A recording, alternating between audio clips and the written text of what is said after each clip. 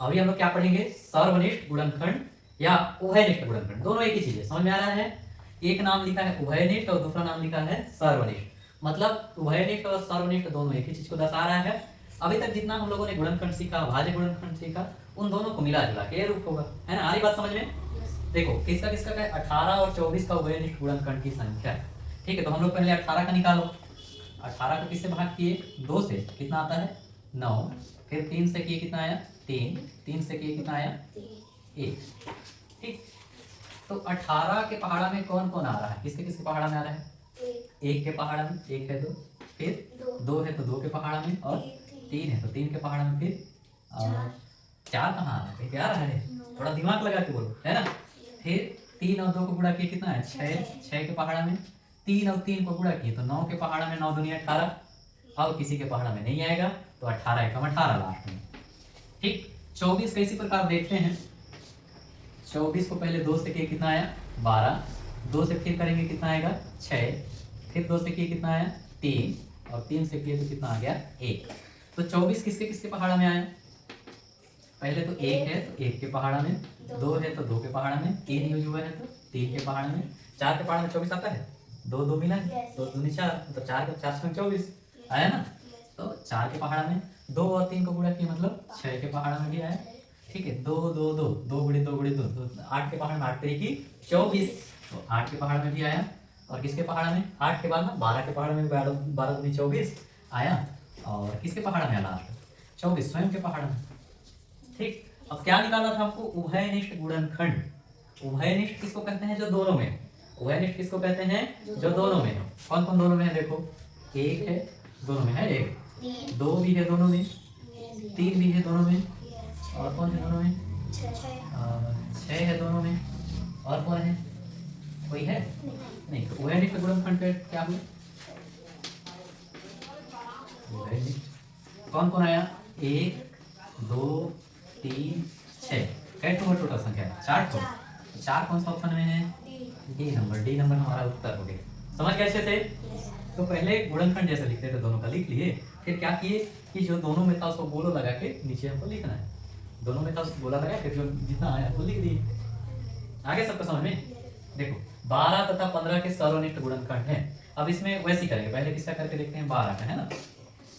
12 को किससे भाग करोगे, 2 से कितना आया 6, 2 से किए कितना आया 3, 3 से किए कितना हो गया 1। तो 12 के पहाड़ में क्या क्या आया, या तो 1 लिखा है तो 1 के पहाड़ में भी 12 आता है ना, फिर 2 आया है तो 2 के पहाड़ में भी 12 आया, यहाँ 3 लिखा है तो 3 के पहाड़ में भी 12 आया, 2 दूनी 4 मतलब यहाँ 2 दूनी 4, 4 के पहाड़ में 12 आता है, 4 से 12 है ना, तो 4 के पहाड़ में भी आया। और किसके पहाड़ में आता है 6 लिखा है तो 6 के पहाड़ में भी आता है, और 12 स्वयं का, ठीक। फिर दूसरा कितना है 15, 15 को देखते हैं।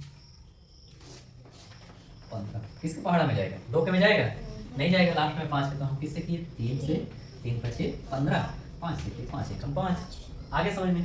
तो 15 में क्या क्या आ रहा है, एक तो 1 आया, फिर 3 के पहाड़ा में, फिर 5 के पहाड़ा में, और 15 बस 15 आया, उसके अलावा किसी के में नहीं आता है, ठीक। अब देखो दोनों में कौन कौन है, 1 है दोनों में, ठीक, 3 है दोनों में, और कोई और है नहीं, है ना। तो क्या चीज हमारा लिखाएगा, क्या पूछा है सर्वनिष्ठ,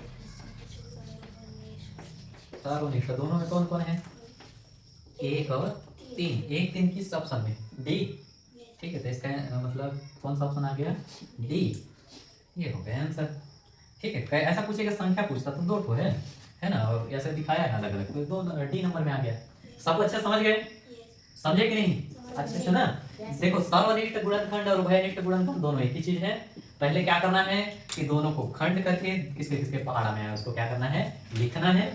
लिखने के बाद क्या करेंगे आगे, जो दोनों में रहेगा उसको फिर अलग से गोला करके लिखेंगे नीचे, है ना। फिर ऑप्शन में खोजेंगे कि कौन सा ऑप्शन आया, और इसी प्रकार हमारा हो गया उत्तर। आगे समझ में, चलो नोट करो अच्छे से।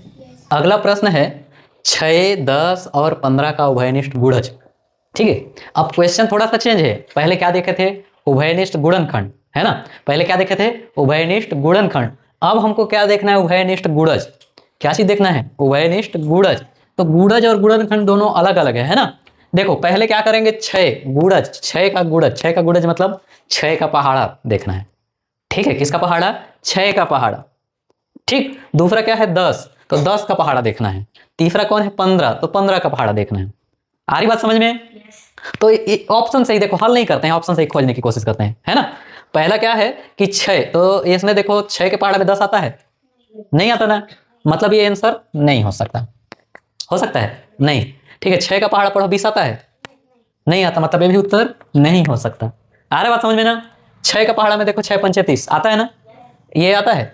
6 छंग 36 42, मतलब ये भी नहीं आया। तो हम एक तुरंत खोज लिए उत्तर। समझ गए ना कि अगर गुड़ज कहता है तो पहाड़ा को देखना। अगर मान लो इसके पहाड़ा में सब आता तो 10 का पहाड़ा देखते, है ना। जो भी नहीं आएगा क्रॉस करते जाना, जो लास्ट में बचेगा वो क्या हो जाएगा? उत्तर। समझ गए? अगला क्वेश्चन है 8 और 56 का प्रथम उभयनिष्ठ गुणज है। फिर वैसे देखेंगे, ठीक है ना, कि 8 के पहाड़ा में भी आए और 56 के पहाड़ा में भी आए। तो देखो ये 8 के पहाड़ा में 8 तो आता है, आता है ना। 8 दूनी 16, 8 त्रिकी 24, ये आएगा? ये तो हो ही नहीं सकता। हो सकता है? नहीं। ठीक है, इसको देखो 8 से भाग करके 8 एकम 8 कितना बचा है? 3, 11 था तो 3, है ना। 8 32 हो गया, 8 चौको 32, ये हो सकता है। अब देखो 56 का पहाड़ा में देखते हैं, चेक करते हैं। ये तो गया था, है ना। अब 56 का पहाड़ा में 8 आएगा? नहीं आएगा ना। 56 एकम 56, 56 दूनी कितना आ जाएगा? 512 ऐसा, तो ये तो नहीं आ सकता। ठीक है, ये 56 आएगा ना, और 112 भी आएगा। लेकिन क्या कहा है क्वेश्चन में? प्रथम उभयनिष्ठ गुणज। तो पहला शुरू में कौन आता है? 56, है ना, कि 8 के पहाड़ा में 56 भी आया और 56 के पहाड़ा में भी 56 आया। प्रथम कहा है इसलिए, या छोटा कहेगा तो भी इसी को मारेंगे। समझ गए? अगला देखो, दो संख्याओं का गुणनखंड 384 है, एक संख्या 16 है, तो दूसरी संख्या होगी। ठीक है, अब यहाँ पे देखना है ना, हम दो संख्या का गुणनखंड लेके चले हैं। ठीक है, कौन क्या लेके चले हैं? गुणनखंड। ठीक है, कितना लिए हैं? 384। एक तो संख्या दिया है तो दूसरा ज्ञात करने के लिए हमको भाग करना पड़ता है। ठीक है, कि ये संख्या कितना है? 384, और किससे भाग कर देंगे? 16 से। मैं यहाँ भाग कर रहा हूँ ऊपर में। ठीक है, 16 को भाग कर दो 384, देखो कितना बार में आएगा? 16 दूनी 32, है ना। कितना बच रहा है? ये 6, ये कट गया। 16 चौको 64, 4 बार में आ गया, ये भी पूरा कट गया, है ना। ठीक है, देखो कितना आ रहा है यहाँ पे? 24, तो आंसर कौन सा होगा? D, 24 number. समझ गए ना? तो अगर इस टाइप से क्वेश्चन आता है तो इजिली बनाओगे, है ना। समझ गए ना एकदम अच्छे से? चलो नोट करो, अगला क्वेश्चन की ओर बढ़ते हैं। 8वां क्वेश्चन है, सेक्शन का है ना। 6 के प्रथम 4 गुणजों का योग। ठीक है, आसान क्वेश्चन है। किसके गुणज लिखना है? 6 के प्रथम 4, मतलब 6 का पहाड़ा 4 बार तक लिखना है। तो क्या क्या होता है 6 का गुणज? 6 12, 6 तिया 18, 6 चौको 24। योग मतलब क्या? इसको जोड़ना है। ठीक है, जोड़ो सबको, लास्ट इकाई इकाई को जोड़ो। 4 और 8 12, 12 और 2 14, 14 और 6 20, 0। हासिल कितना आया? 2, 2 और 1 3, 1 4, 4 और 2 6, 60। 60 किसमें है? Option number D. ठीक, आसान है ना, एकदम माइंड में बैठा लो, है ना। जब भी अगर कहेगा कि गुणज का योग, तो पहले उसका पहाड़ा लिख लेना। 4 गुणज का है मतलब 4 बार तक, है ना। 4 गुणज का है मतलब 4 बार तक। 5 गुणा कहता तो एक बार और लिखते, 6 गुणज कहता तो एक बार और लिखते, 7 गुणज कहता तो एक बार और लिखते। आ रही बात समझ में? ऐसा क्वेश्चन आएगा, बन जाएगा। चलो अगला में देखो, 50 से कम तथा 7 की गुणन वह संख्या ज्ञात करो जिसके 3 अभाज्य गुणनखंड हैं, है ना। हमको क्या कहा है? 50 से कम। ठीक है, 50 से कम और 7 की गुणन। ठीक है, तो 50 से कम भी होना चाहिए और 7 के पहाड़ा में भी आना चाहिए। ठीक है, तो इसमें देखो कौन कौन आ रहा है 50 से कम वाला में। एक तो 14 भी 7 के पहाड़ा में आता है, 42 भी 7 के पहाड़ा में आता है, 49 भी 7 के पहाड़ा में आता है ना। अब यहाँ पे देखो 70 नहीं आता। अब इसका आंसर कैसे ढूंढते हैं देखना।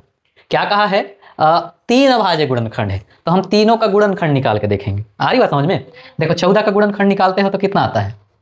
2 को किए तो 7, 7 को किए कितना आया? 1। कई ठो गुणनखंड आया? अभाज्य गुणनखंड। 2 गुणित 7 कई ठो है? 2 ही ठो ना। 2 गुणित 7 कई ठो हुआ? 2 ठो।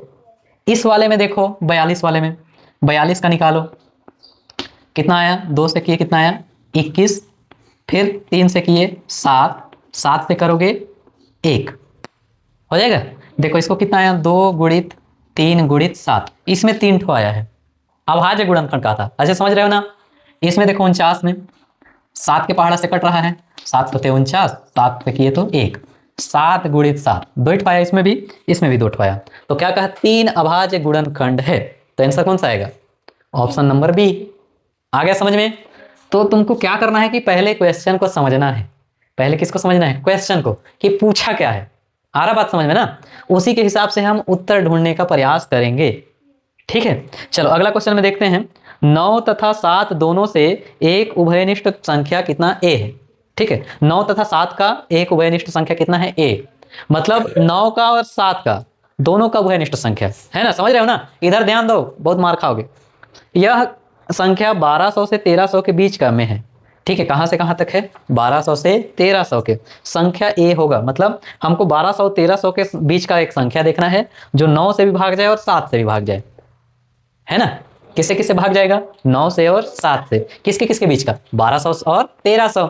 अब देखो ये वाला 1200 और 1300 के बीच में है कि नहीं, 1197 है। कहाँ है रे गधे लोग हैं। ये तो 1200 के बाद वाला देखना हो, 1300 के पहले वाला। तो ये तो पहला, तो ये उत्तर हो ही नहीं सकता। 1260, 1206, 1266, ये तीनों में से होगा। क्या चेक करना है कि 9 और 7 दोनों से भाग जाए। तो पहले हम 9 से चेक करें। 9 से चेक करना जानते हो ना, सभी अंकों को जोड़ते हैं और 9 के पहाड़ा पढ़ते हैं। अगर आया तो विभाज्य है, नहीं आया तो नहीं है ना। देखो इसको जोड़ो, 6 2 8 और 1 9। तो ये 9 के पहाड़ा में आता है, मतलब ये हो सकता है उत्तर, हो सकता है ना। आगे देखें, हो सकता है। ये वाला जोड़ो, 6 2 8 और 1 9, ये भी क्या हो सकता है, उत्तर हो सकता है। ठीक, इसको जोड़ो, 6 6 12, 12 2 14, 14 और 1 15। 9 के पहाड़ा में 15 आता है, नहीं आता, तो ये एक भी नहीं हो सकता। तो ये दोनों में से हमारा एक ठो उत्तर होगा। 9 का चेक किए ना। अब हम किससे चेक करेंगे, भाग देके, 7 से। तो 7 से सिंपली तुम लोग भाग कर दो। ठीक है, उसका अगर रूल नहीं भी याद है तो भाग करो। जैसे ये देखो 1260 को भाग करो, 1260 को किससे भाग किए, 7 से। कितना आ रहा है, 7 एकम 7, कितना आया 5 6, फिर 7 8 56, कट गया। ये 0 आया तो 0 बार में पढ़ दो, ये भी कट गया। ठीक, ये पूरा पूरा भाग चला गया, मतलब यही उत्तर होगा, ये भी नहीं जाएगा पूरा पूरा। समझ गए। तो अगर दो संख्या का पूछता है तो हमको दोनों से चेक करना है कि दोनों से भाग जाएगा कि नहीं।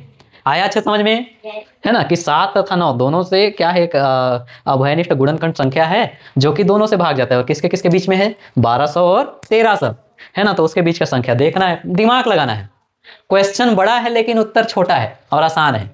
बस क्वेश्चन को एकदम अच्छे से समझना है और हल करने का प्रयास करना है। आ रहा है समझ में, तो वैसे ही हल करोगे, है ना। चलो नोट करो।